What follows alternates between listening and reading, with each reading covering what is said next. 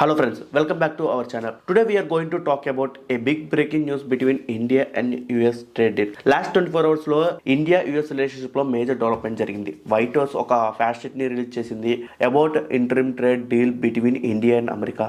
But ఇక్కడ ఒక twist ఏంటంటే ఆ ఫ్యాక్ట్ షీట్ లో కొన్ని క్వైట్ చేంజెస్ చేశారు. వితౌట్ ఎనీ పబ్లిక్ అనౌన్స్మెంట్ ఫిబ్రవరి 9th కొన్ని చేంజెస్ చేశారు. ఫ్యాక్ట్ షీట్ లో ఆ సడన్లీ చేంజెస్ ఏం చేశారంటే అగ్రికల్చర్ సంబంధించినవి, అంటే కొన్ని అగ్రికల్చర్ సంబంధించిన వాటిని మేము అలా హోల్డ్లో పెట్టేసామని చెప్పేసి చెప్పడం అనమాట.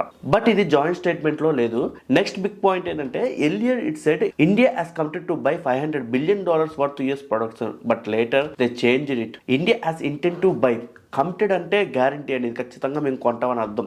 ఇంటెంటెడ్ అంటే అది జస్ట్ ప్లాన్ అనమాట, అంటే మేము ప్లాన్ చేసుకుంటున్నాం కొనాలని అని చెప్పడం అనమాట.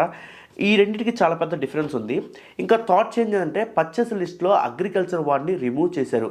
ఇట్ మీన్స్ ఇండియన్ అగ్రికల్చర్ సెక్టర్ని ప్రొటెక్ట్ చేయడం బీజేపీ. అంటే అమెరికా ఎన్ని చెప్పినా కానీ అగ్రికల్చర్ దగ్గర మాత్రం బీజేపీ అండ్ ఇండియన్ గవర్నమెంట్ చాలా గట్టిగా ఉందని అర్థం అనమాట. ఫిబ్రవరి 10th రోజున all those changes were quietly rolled back అండి. అంటే no press meet, no announcement, just edited silently. ఒక ప్రెస్ మీట్ పెట్టకుండా, ఒక అనౌన్స్మెంట్ పెట్టకుండా. క్వశ్చన్ ఏంటంటే why this suddenly roll back? Answer ఏంటి సింపుల్ అండి, మీ అందరికీ తెలిసే ఉంటుంది. ఇండియా ట్రేడ్ లీడ్ చేసేది ఎవరు? రాజేష్ అగర్వాల్ సార్. యుఎస్ అఫీషియల్స్తో మాట్లాడి జాయింట్ స్టేట్మెంట్లో లేని వర్డ్స్ని రిమూవ్ చేయండి అని క్లియర్గా చెప్పారు వాళ్ళకి. ఎందుకంటే మీ అందరికీ తెలుసు ఇండియా అంటేనే అగ్రికల్చర్ అని. And finally White House agreed, ఒప్పేసుకుంది White House. Remember one thing, ఇండియాకి అగ్రికల్చర్ అండ్ డైరీ ప్రొడక్ట్స్ అవసరం లేదండి బయట నుంచి, మన దగ్గర చాలా ఉన్నాయి. Because 60% of our population depends on farming and dairy. America నుంచి వస్తే మన అందరికీ తెలుసు అది చీప్ ఇంపోర్ట్స్ అయితే.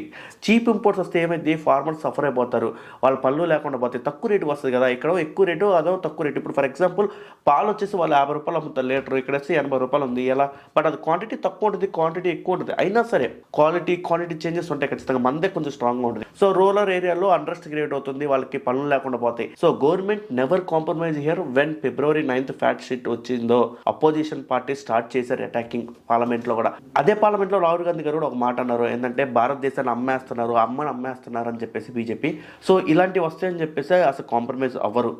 అక్కడున్న పార్టీ, ఏ బీజేపీ పార్టీ అయినా సెంటర్లో, అది కాంగ్రెస్ పార్టీ అయినా సరే. బట్ రియాలిటీ ఏంటంటే without drama, without noise India handle it smartly అండి. ఎటువంటి గొడవలు జరగకుండా, ఎటువంటి నాయిస్ లేకుండా, ఒక్కళ్ళు ఒక మాట అనుకోకుండా అందులో ఉన్న వాటిని సరి చేశారు. అండ్ ఫైనల్లీ నౌ ఇద్దరు జాయింట్ స్టేట్మెంట్ ఇచ్చారు ఇరు దేశాలు. సో ఇప్పుడు మనకి ఎక్స్ట్రా ప్రామిసెస్ లేవు, నో అగ్రికల్చర్ కాంప్రమైజెస్ లేవు. This is the diplomatic win for India. So friends, this is the shows how strong negotiation matters అండి. Silent diplomacy works better than loud politics అండి. If you like this analysis, like, comment, subscribe and stay tuned for more updates.